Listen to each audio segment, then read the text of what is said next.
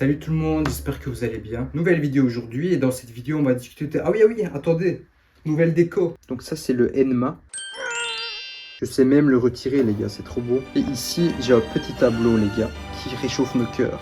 Et là ma collection SNK, j'ai pas encore terminé. La suite qui se trouve juste ici, donc c'est pas encore fini les gars, mais bientôt Inch'Allah. Pour le moment ça reste une amorce d'une nouvelle déco, donc il y a encore des choses que je dois faire, j'ai des posters à afficher etc. J'ai pas encore décidé lequel afficher, parce que j'en ai trois, c'est ceux que j'avais acheté à la Médinésia, je sais pas si vous en rappelez. Avec l'Enma que Zoro a hérité et la petite peinture du mairie, je suis bien les gars. Mes arrières sont assurées. Donc voilà, si on revient un peu à cette vidéo, ce serait une vidéo débrief. Comme celle que j'ai fait pour certains de mes voyages. Donc j'avais fait pour Milan, pour Paris si je me rappelle bien. Pour celles et ceux qui viennent d'arriver, les vidéos débrief, ce sont des petites vidéos où je parle un peu de mon expérience dans les villes, ce que j'ai fait, ce que j'ai aimé, ce que je n'ai pas aimé, ce que j'ai appris, ce que j'ai découvert, etc., etc. Et pour Londres, justement, je ne voulais pas vraiment en faire au début. Puis j'ai vécu tellement de choses que j'avais finalement beaucoup de choses à partager. Et donc j'ai préféré quand même faire un débrief. Et petite précision avant de me lancer dans la vidéo, les choses que je vais vous raconter dans cette vidéo, elles sont basées sur mon ressenti et mon expérience que j'ai eu là-bas. Et ça implique que tout le monde ne vit pas la même chose, tout le monde n'a pas la même expérience, vous connaissez. Et les choses que je vais raconter là, elles ne seront pas basées sur l'Angleterre entièrement, mais plutôt sur Londres. Commençons la vidéo sans tarder. Les gens que j'ai rencontrés là-bas, franchement, ils m'ont émerveillé par leur bienveillance, leur politesse et leur respect. Un truc de fou. Ils ont une douceur quand ils te parlent. C'est incroyable. En fait, ils ont le langage non verbal très expressif, très respectueux et ils te montrent qu'ils sont focalisés sur toi quand vous vous parlez. Et ça montre que eux aussi ils veulent échanger avec moi. Donc ça me faisait hyper plaisir les gars. Je trouve ça bien parce que ça change en fait des gens qui sont aigris, des gens pessimistes que l'on retrouve assez souvent en Belgique en fait. Et c'est bizarre parce que nous généralement on jette la faute sur le mauvais temps, sur le fait qu'il pleuve tout le temps, qu'il fasse tout le temps gris, etc.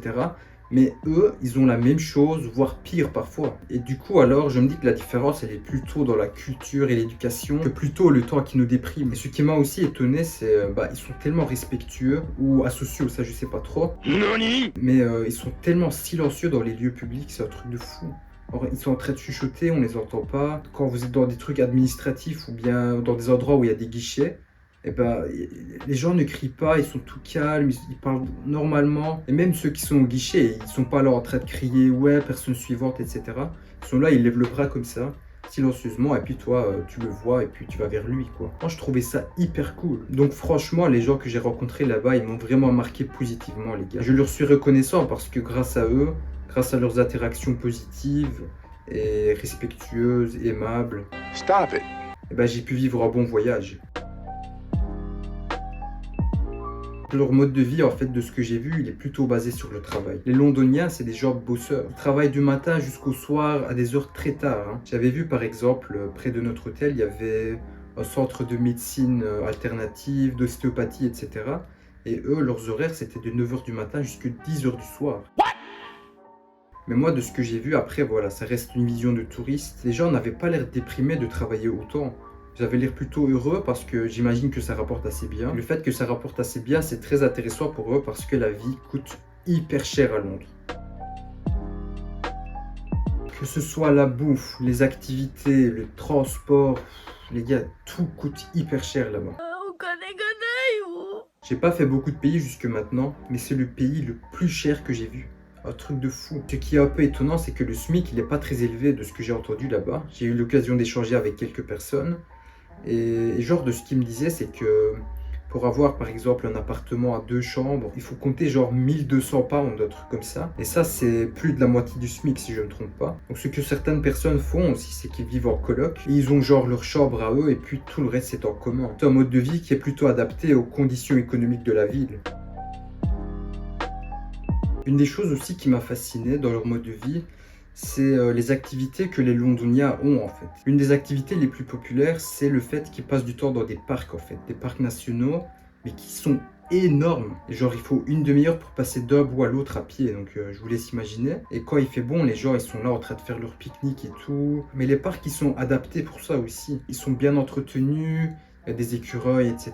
C'est un truc de fou. Enfin, en tout cas, moi, j'ai bien aimé. Comme autre activité, il y a les pubs, il y a les grands musées, des restaurants de tous les pays.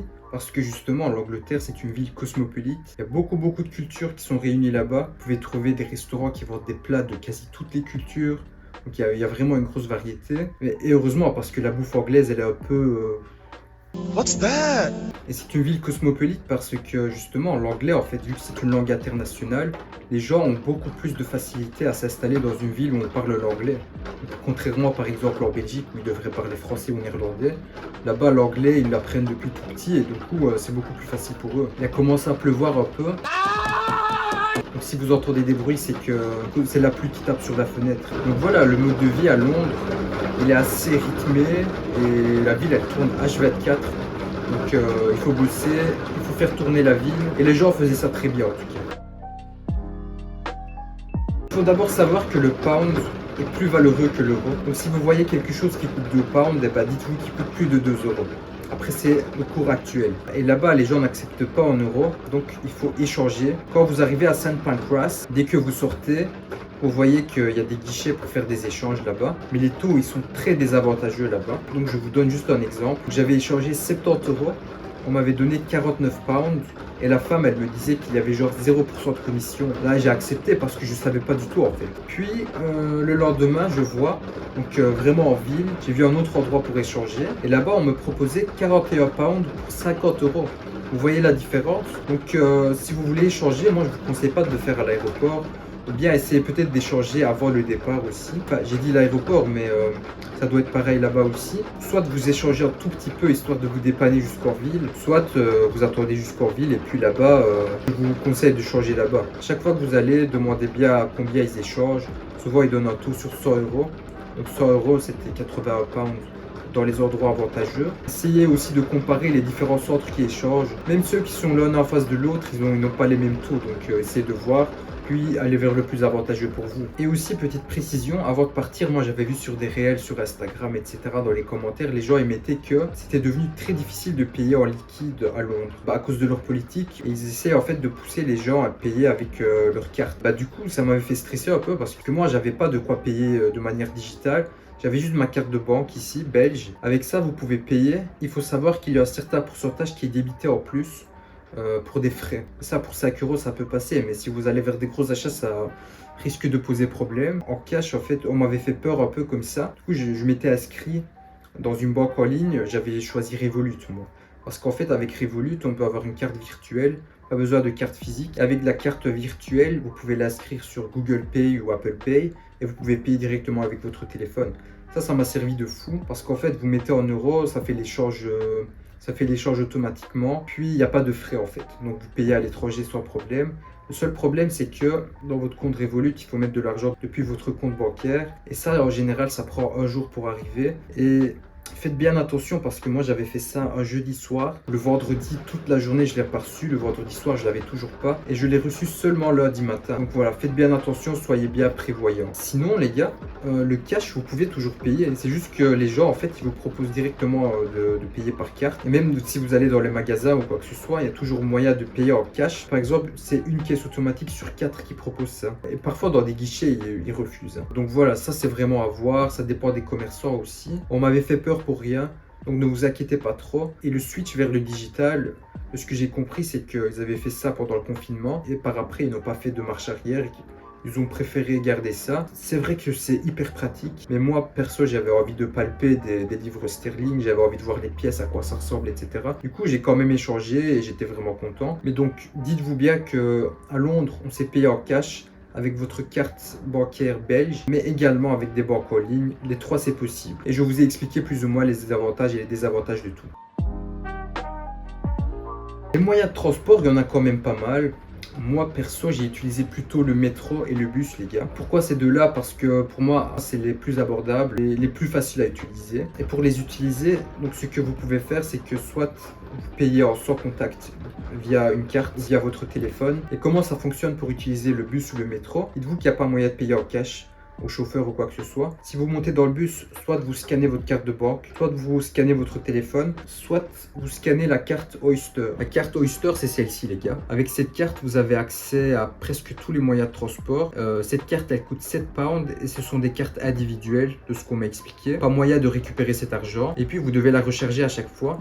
Donc vous devez déposer des pounds dedans. Et vous faites ça via des machines que vous retrouvez dans les stations de métro. Et du coup, avec cette carte, vous pouvez scanner quand vous montez dans le bus. Ça coûtait 1,70 £, de ce que je me rappelle. Et pour les bus, petite particularité, une fois que vous payez pendant 1 heure, vous pouvez circuler dans tout le réseau de bus. Sans problème, c'est comme en Belgique ça. Deuxième possibilité, c'est le métro. Même chose, donc quand vous entrez, vous devez scanner. Et vous devez également scanner à la sortie. Pas moyen de payer en cash, donc soit avec la carte Oyster, soit avec votre carte de banque, ou soit de manière digitale avec votre téléphone. Et le métro, il coûte un peu plus cher. Donc c'était 2,70 £.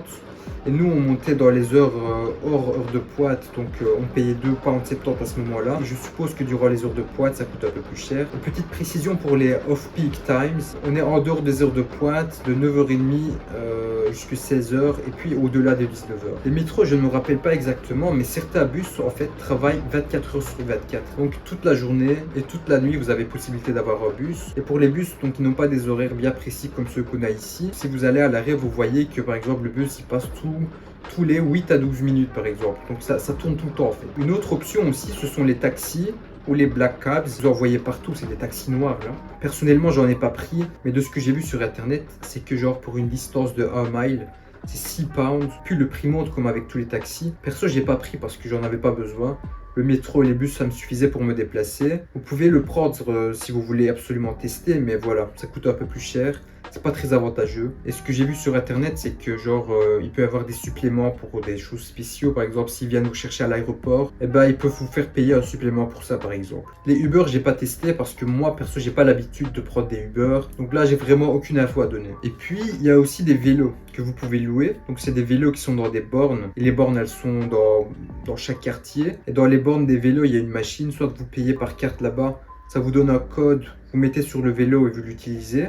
Soit via l'application, on vous donne un code, vous entrez le code directement sur le vélo et vous commencez à l'utiliser. Perso, j'ai pas utilisé non plus, donc je pourrais pas vous dire plus que ça. Mais j'ai été voir un peu les prix et ça coûte genre pour une demi-heure, ça coûte 3,5 £, un truc comme ça. Je trouve que c'est un peu cher. Mais si vous avez l'abonnement, et l'abonnement c'est seulement pour ceux qui ont une adresse au Royaume-Uni, c'est genre 1 pound pour l'heure. Donc pour eux c'est avantageux, mais pour nous les touristes c'est pas trop ça quoi. Londres, c'est donc une ville cosmopolite. Cosmopolite, ça veut dire beaucoup de culture, ça veut dire des plats très très très variés. Vous trouvez de tout là-bas, tout. Mais le problème, c'est qu'il faut savoir trouver ces endroits, trouver ces restaurants. Moi, au début, j'ai eu du mal quand même à en trouver, parce que moi, perso, je dois faire attention à ce que je mange. Donc moi, je cherche tout ce qui est halal, etc. Par exemple, le très fameux fish and chips. Et ben ça, j'ai pas eu l'occasion d'en manger, parce que dans certains endroits, j'ai vu que c'était halal, mais à ce moment-là, j'avais pas faim. Puis dans d'autres, c'était pas mentionné. Du coup, je me posais des questions. Je me disais pourquoi dans certains endroits c'est halal et pas dans d'autres. Et à cause de ça, j'en ai pas mangé en fait. Je suis pas trop dégoûté parce que de ce qu'on m'a dit, c'est que c'est trop gras, que ça vaut pas trop la peine. Ça aurait été bien si je goûte, mais malheureusement, je n'ai pas pu. Et justement, à Londres, beaucoup d'endroits mentionnent si c'est halal ou pas. Donc j'étais rentré dans une épicerie coréenne. Là-bas, je regardais les boissons. Et il y en a 3 ou 4 où c'était mis en dessous not halal. Donc ça, je trouvais que c'était bien. Enfin, pour moi, en tout cas, c'était une bonne chose qu'on m'avertisse de ce genre de choses. Comme ça, j'ai pu me diriger vers ceux qui étaient halal, quoi. Et même certains fast-food, ils ont des franchises qui font halal exclusivement. Par exemple, certains des KFC sont halal. Donc si vous voulez tester, il faut essayer de rechercher sur Google, ça vous met en avant. Une chose est sûre concernant la bouffe là-bas, c'est que ça coûte hyper cher, les gars. Pour des menus qui sont plus petits qu'ici, vous payez beaucoup plus qu'ici, donc c'est un truc de fou. Je vous cache pas, j'avais la haine par moment, parce que c'est beaucoup. Beaucoup. Par exemple, je voulais tester un toast au fromage et aux champignons. J'ai quand même cherché dans plusieurs endroits. Et puis il y en a un où je suis allé, et il demandait 8 pounds pour un plat comme ça. C'est ridicule. Du coup, j'ai pas acheté. Et surtout, j'avais vu un peu, ça n'avait pas l'air très appétissant. Donc je dis, laisse tomber. Préparez-vous à ça si vous partez à Londres. Une des possibilités pour un peu économiser point de vue bouffe, c'est de partir dans des magasins qui sont des équivalents du Carrefour Express. qu'on a ici. Il y avait par exemple le M&S. Et puis il y avait le Tesco Express aussi. Là-bas, les prix sont un peu plus avantageux que dans les autres commerces. Mais voilà, c'est à vous de voir. Il n'y a pas vraiment le choix de tout. Ils vendent par exemple des sandwichs, etc.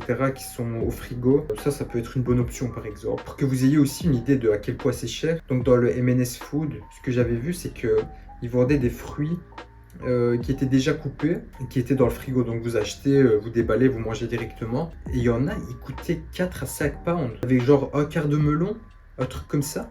4 pounds pour ça. Je trouvais que c'était excessif franchement. Et même on a acheté un truc, c'était une demi-pomme qui était coupée en morceaux. Et on avait payé plus de 1 pound pour une demi-pomme. Et aussi petit commentaire sur la bouffe là-bas en général et les boissons. Les boissons surtout, elles sont hyper sucré les gars, un truc de fou. J'avais acheté un Oasis aux fruits rouges, franchement je l'ai bu et 2 heures après j'avais toujours le goût du sucre en bouche, ça m'avait dégoûté. Alors ici moi j'ai pas l'habitude de boire aussi sucré que ça, là-bas j'ai pris une seule boisson, ça m'a détruit carrément. Donc les boissons je suis un peu mitigé et même quand vous achetez des petits snacks etc. Le goût du sucre revenait quand même pas mal. Et ça moi perso j'ai pas trop aimé je vous avoue. Point de vue bouffe, de ce que j'ai entendu mais pas testé, c'est que la bouffe anglaise typique, bah déjà il n'y a pas grand chose et puis elle n'est pas très bonne et vous pouvez aller tester les plats des autres pays ou des cultures qui vous intéressent. Ça c'est toujours un bon truc à faire. Comme lieu à visiter, déjà vous pouvez commencer par le Buckingham Palace. Ce qui est intéressant à faire là-bas, c'est qu'il y a la relève de la garde qui a lieu soit tous les jours pendant les périodes de vacances ou des périodes très touristiques, soit un jour sur 2. Ça, c'est à vous de voir sur internet comment ça se passe, les dernières nouvelles, etc. Ça, c'est très bien. Donc, c'est une cérémonie qui dure presque 1 heure. Il y a la garde fraîche qui arrive, qui entre, ils font leur cérémonie, et puis la garde qui était là qui repart. C'est quelque chose que j'ai bien apprécié. Le Buckingham Palace, vous pouvez rentrer dedans, mais il faut réserver vos tickets. Et ça coûte 32 pounds par personne, donc ça coûte un peu cher. L'intérieur, vous voyez pas grand chose, il y a seulement quelques salons qui sont exposés. Et le jardin et tout, c'était un peu nul, je trouve. Si vous êtes intéressé par les palais, tout ce qui est un peu famille royale, etc., je vous conseille d'aller voir. Il y a des beaux trucs à voir dedans. La collection de tableaux, les salons, qui sont quand même assez bien. Mais si vous n'êtes pas trop attiré par tout ça, je pense qu'on peut faire la passe dessus. Et ensuite, il y a le Big Ben, donc la tour horloger, qui est juste à côté de la Tamise. Et puis, en diagonale, vous avez le London Eye aussi. C'est un coin vraiment hyper touristique aussi, absolument faire. Ça a une distance de marche de genre 15 minutes depuis Buckingham Palace, donc c'est pas très loin. Donc là, je vous recommande de faire. Et puis après, il y a des musées qui ont une renommée internationale. Il y a par exemple le British Museum, avec des expositions de l'histoire humaine. C'est un truc de fou, les gars. Il y a le coin Égypte antique, la Mésopotamie, etc. Puis après, il y a beaucoup d'autres choses. Moi j'ai bien aimé là-bas. Et c'est des choses qui n'appartiennent pas aux Britanniques, mais voilà. Puis un autre musée, c'est le Natural History Museum. Puis là-bas, vous voyez des fossiles de dinosaures, d'autres animaux préhistoriques, des choses comme ça. Des choses qui ont été refaites en 3D. Si vous aimez bien la biologie, le règne animal, etc., c'est absolument à faire là-bas. Et les deux musées, en fait, ils ont une entrée gratuite. Il faut juste réserver vos tickets à l'avance sur internet, les imprimer, et puis quand vous ramenez, ils les scannent et puis c'est bon. Puis il y a le London Tower aussi que vous pouvez aller voir. Moi perso j'ai pas eu le temps, mais l'entrée elle est payante aussi. Et c'est genre un ancien palais qui date de genre presque 1000 ans, un truc comme ça. Et à côté il y a le Tower Bridge. C'est le pont avec les 2 tours. Très bel endroit à voir aussi, donc il faut absolument aller faire. Ok, moi j'arrive petit à petit à la fin de cette vidéo. C'était un très bon voyage. Franchement, moi je vous recommande vivement de partir à Londres si c'est pas fait et d'aller entendre cet accent britannique très élégant. Si vous avez des suggestions à me faire, ne pas hésiter à les écrire en commentaire. Je sais pas encore où j'irai la prochaine fois. Inch'Allah, une belle destination. Ben moi je pense vous avoir dit tout. Et vous avez d'autres questions dans les commentaires aussi. Et si vous avez d'autres informations à donner dans les commentaires également, ben moi je pense que je vais vous laisser là. Et on se dit à la prochaine.